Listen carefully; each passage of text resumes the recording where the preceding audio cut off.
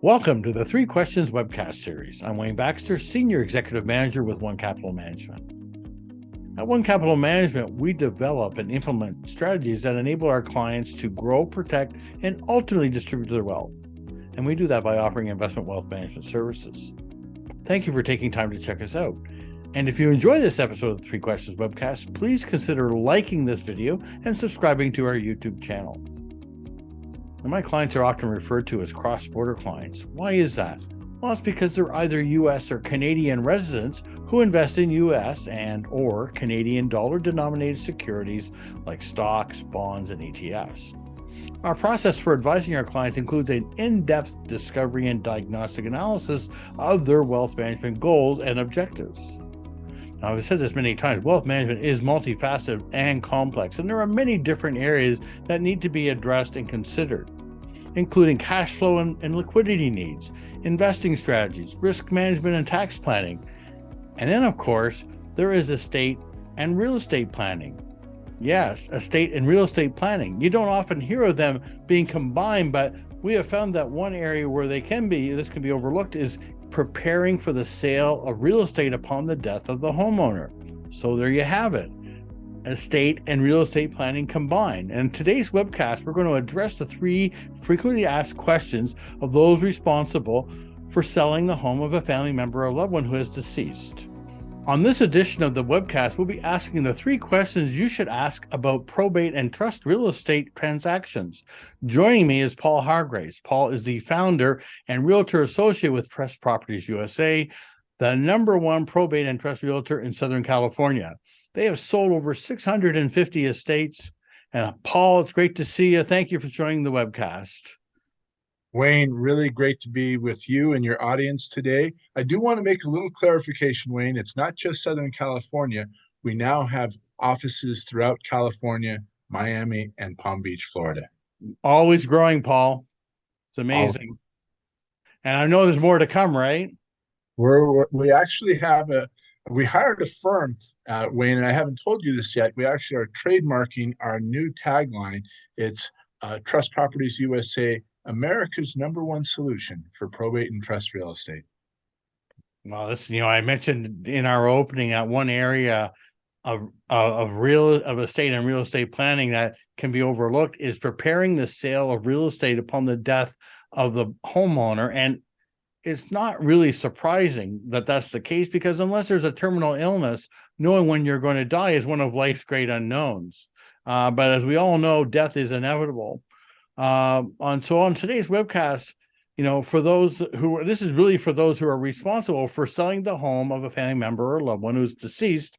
And I can't think of anyone more qualified to discuss this topic than my friend Paul.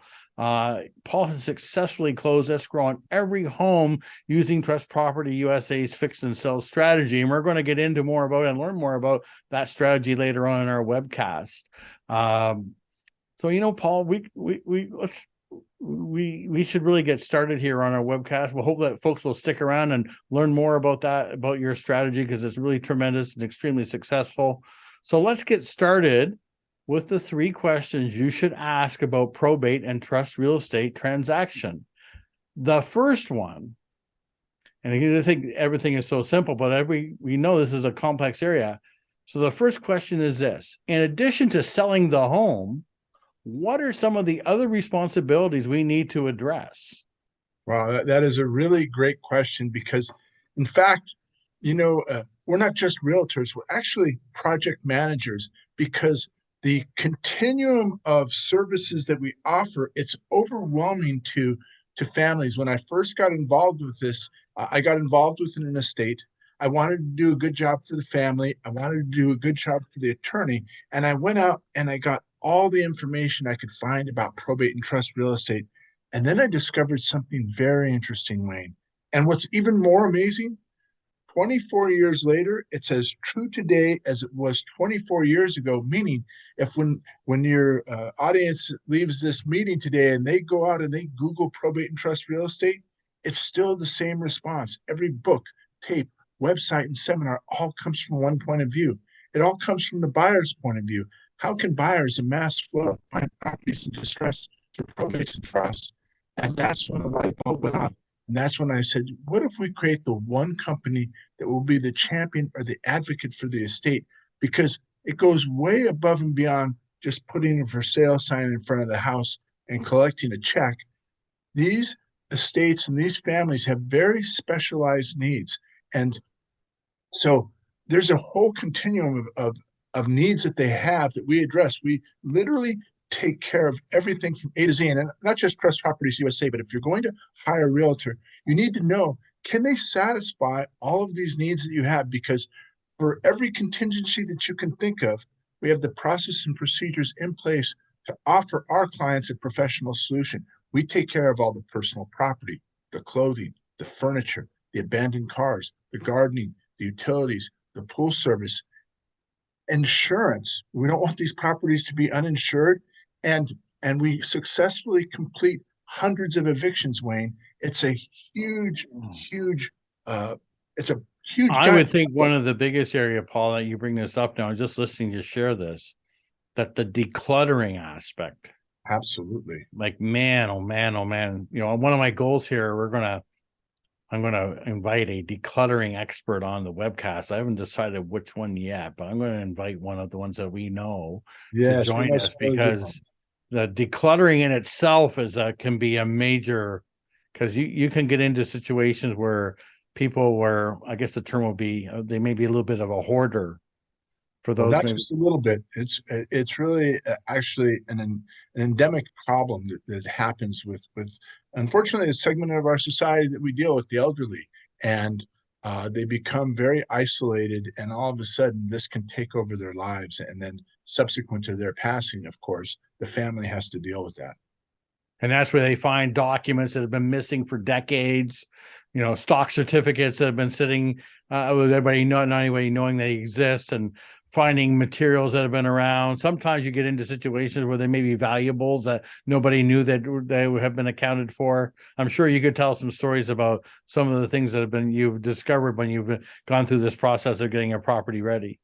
Amazing things. And well, number one, many families actually do get a trust, but guess what happens?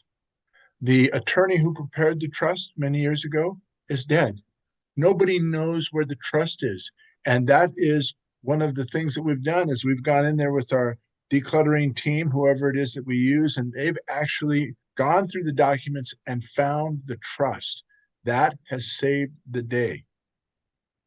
That's incredible. It's kind of a segue on the trust, getting to so the first question is obvious. There's a lot involved with getting a house ready, other than, like you said, putting a for sale sign out by the sidewalk. There's a lot more involved. Keep making sure they're getting the property ready to go for sale. And you did a great job outlining that.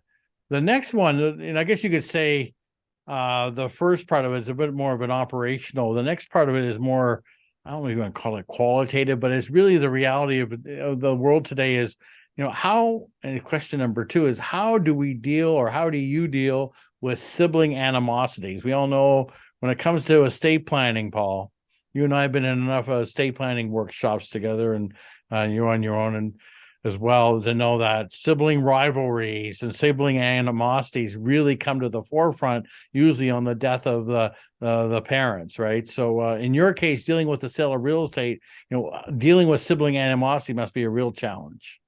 It is a challenge, and I want to thank my mother and father. I was the middle of 5 children, so being the peacemaker was something that I sort of just grew up doing naturally. And so, just by the nature of our work, but probate and trust real estate, so I'm very sensitive to all the family dynamics that we deal with. And the reality is this: is that people want a solution, and we've dealt with the worst of the worst. I mean, we've dealt with families that literally the siblings cannot even talk to each other. Mm-hmm. But that's really part of one of the arrows in our quiver, is that we understand the psychology behind that, and we're always working towards a you benefit, meaning a benefit to each and every one of those siblings. And by being able to deal with them separately, that's really how mediators work. We work with a lot of mediators. I've listened to them carefully.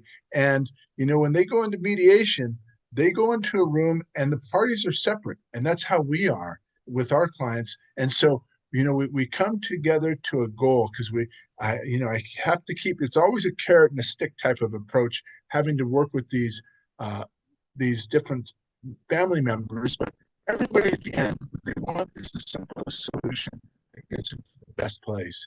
And so we always keep our eye on the prize. How do we get to a successful close of escrow? That really is number one. It's the personalities.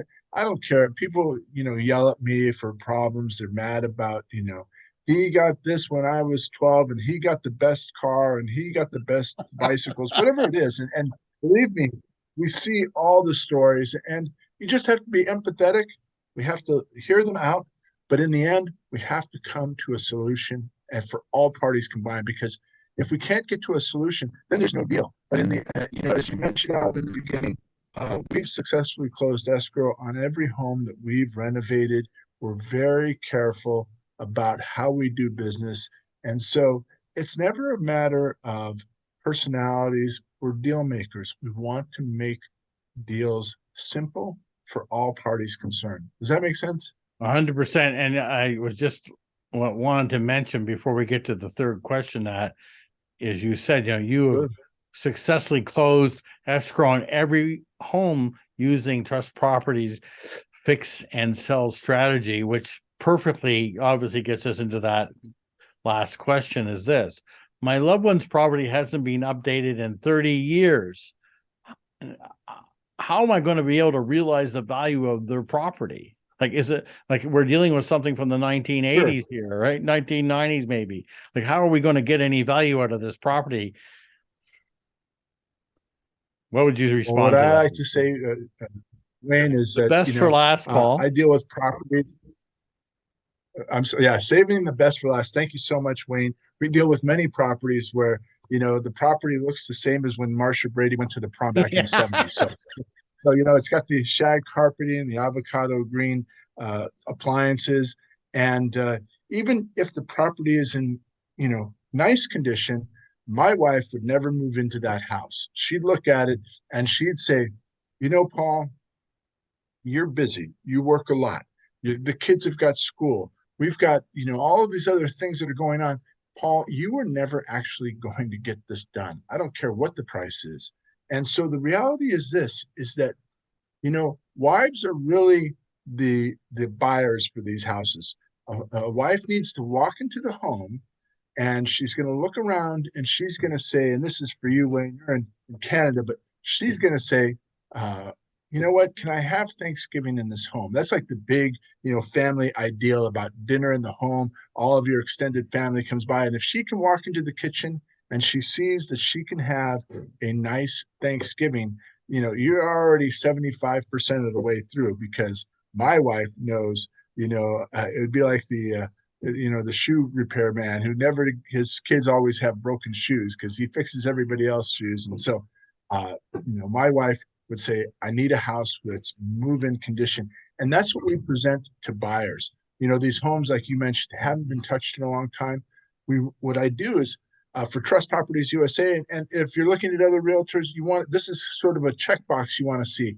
How many probates and trusts have they sold? Because if they're dealing exclusively in the probate and trust world, they're going to want to have a game plan that's similar to ours. I go to each one of our appointments, and I bring our contractor who's licensed, bonded, and insured, because when I walk away from that appointment, we call it our estate evaluation, and our estate evaluation tells the seller or the trustee or administrator three things. Number one, what's the home worth right now in its current as-is condition, just like it is? Number two, what do we think is the top fair market price if we do repairs? And then number three, we include the contractor's line item bid for the entire scope of work, so the family has enough information to make an informed decision. Is it better to sell it as is, or will it sell faster and for more money if we fix it up? And there's no question, homes that are in top fair market condition are going to sell faster and for more money. And in particularly for estates, I've been doing this for 24 years, Wayne. I'm not a secret agent. I'm out there every day preaching the gospel of Trust Properties USA. But even now, after 24 years, 95+% of all of these homes that are in this kind of condition in a probate or a trust, they're still sold in their as-is rundown condition. And so 24 years ago, I, I wanted to know what it was. So today, even after realtors all over know what I do, but they're not copying me, because the reality is this, is when I figured this out, that there are two big issues with the states. Number one was the money, because for the siblings, I'm just going to say a typical state will have 3 siblings.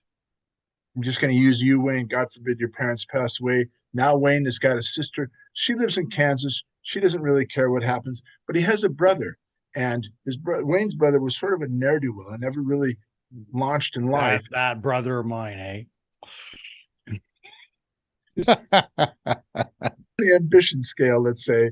But he comes back to Wayne now and he says, Wayne, you always got the best of everything. You were the smartest. Mom and dad sent you to the best schools. You got the best car. And here it is now. You just want to fire sale mom and dad's house. And this is my inheritance. And you're going to screw me out of my inheritance here. Even at the end, I get the short end of the stick. That's where all this sibling animosity comes out. And so Wayne is sitting here, and the brother says, Wayne, you should put up the money. You're smart. You know about contracts. You should deal with all this. But Wayne, when you do that, it's only fair if you split the proceeds evenly with your siblings. Wait a minute. Yeah, Wayne is saying, wait a second. Wait a minute. My money, my time, my effort. Time out. Yeah, exactly. Exactly. So that's why if Trust Properties USA, if we quarterback the deal, now we put up the money. Wayne doesn't have to invest his time or effort. His brother understands now the house is going to be fixed up. He's going to get a top fair market price for his inheritance. And his sister, who was in Kansas, she didn't really care one way or the other. But that's one of the biggest reasons why attorneys turn to us, because our business is 100% by referral. And for the attorneys, they know we're going to be the solution for all of these families to make it simple for them. The money is important, but here's what the second thing is. It's even more important, Wayne, and I didn't even recognize this until I really created the company. Above and beyond the money, this is the number one reason why these homes are still sold in its as-is and rundown condition, is because, God forbid, Wayne, now you live in Miami, but you grew up in Los Angeles, and you're sitting there, you're 3,000 miles away. Who wants to deal with a contractor from 3,000 miles away? Contractors are notorious for starting jobs and never finishing.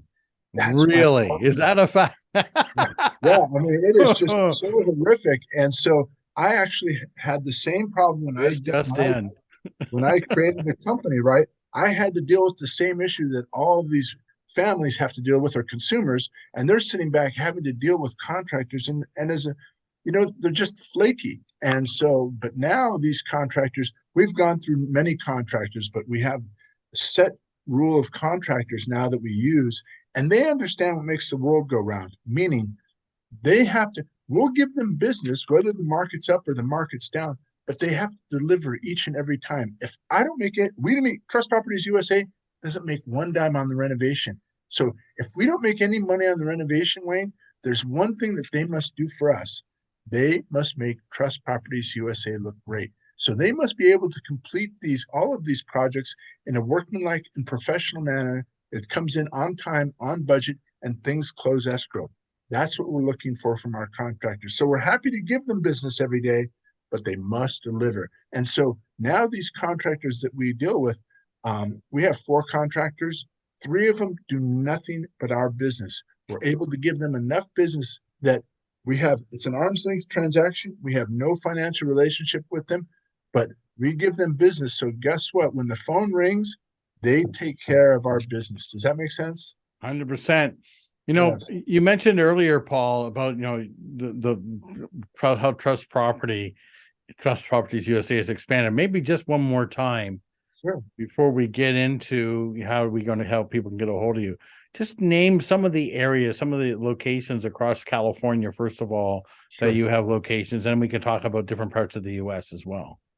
Well, and it's funny you mentioned it. We just opened up a new office that's covering Ventura County, Santa Barbara County. We're in LA County, Orange County, San Diego, Riverside, San Bernardino, San Francisco, Sacramento, San Jose, and as I mentioned before, our two newest offices in Miami and Palm Beach, Florida. Wow, it's really impressive. We've included your contact information on the screen here so everybody can see it. But for someone who's looking to get a hold of you, Paul, sure, what is the best way for them to reach you? What is the most efficient way? The most efficient way is either Paul at Trust Properties USA, and always our 800 number is manned all the time, 800-579-4380. And they can ask for you? They can ask for Paul Hargraves, absolutely. Paul, I knew this was going to be a great webcast. I've been looking forward to this. I want to again thank Paul for coming. Paul Hargraves is the founder and realtor associate with Trust Properties USA, the #1 probate and trust realtors in Southern California. And I guess I can soon say trust all across America. So, Paul, thank you so much for joining us. Wow. Thank you so much, Wayne. I really appreciate the opportunity. And thank you to all of your guests out there today. Thank you so much. We look forward to bringing you the 3 questions webcast, and we hope you find them educational and informative. Please consider liking this video and subscribing to our YouTube channel. And to receive a notification when our latest webcasts have been posted, please click on the notifications bell. Lastly, to schedule an on-site Zoom consultation with me to discuss your wealth management needs, please click on the link in the description box below, www.onecapital.com/meet with Wayne. Thank you and see you soon.